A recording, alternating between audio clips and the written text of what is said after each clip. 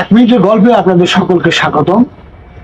একজন বয়স্ক মুরব্বী গ্রামের মাঝখান দিয়ে 3টা বস্তা নিয়ে যাচ্ছিলেন। তিনি খুঁজলেন একটা যুবককে এবং যুবককে বললেন যে তুমি যদি আমার এই 3টা বস্তা ওই গ্রাম পর্যন্ত পার করে দাও তাহলে তোমাকে আমি কিছু পারিশ্রমিক দেবো। যুবক কথাটি শুনে রাজি হয়ে গেল। যুবক 2টা বস্তা নিয়ে চলতে শুরু করলেন মুরব্বীর সাথে। কিছু দূর যেতেই মুরব্বী একটা পাহাড়ে উঠতে চেষ্টা করলেন, ওই পাশেই সেই গ্রামটা। তখন যুবককে বললেন তুমি আমার এই বস্তাটা নিয়ে ওঠো। তখন যুবক জিজ্ঞেস করলেন এই 3টা ভারী বস্তার ভিতরে কি আছে। তখন মুরব্বী বলে একটাই আছে তামা, একটাই আছে রূপা, আর আমার কাছে যে বস্তাটা আছে এটা হচ্ছে সোনা।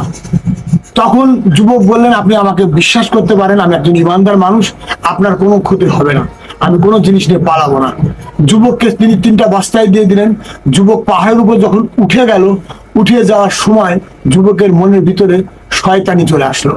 তখন যুবক চিন্তা করলো আমি যদি এখন পালিয়ে যাই বাবা আমাকে কি করবে। যুবক পালিয়ে গেল। পালিয়ে গিয়ে যখন বস্তাটা খুললো, তাতে সব বস্তাগুলিতে ভিতরে শুধু পাথর আর পাথর।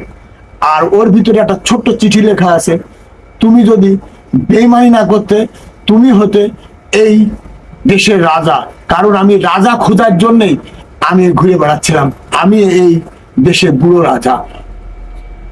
বেইমানির ফল সে পেল, শুধু কি অন্তর থেকে ভালো থাকুন, সব সম্ভব।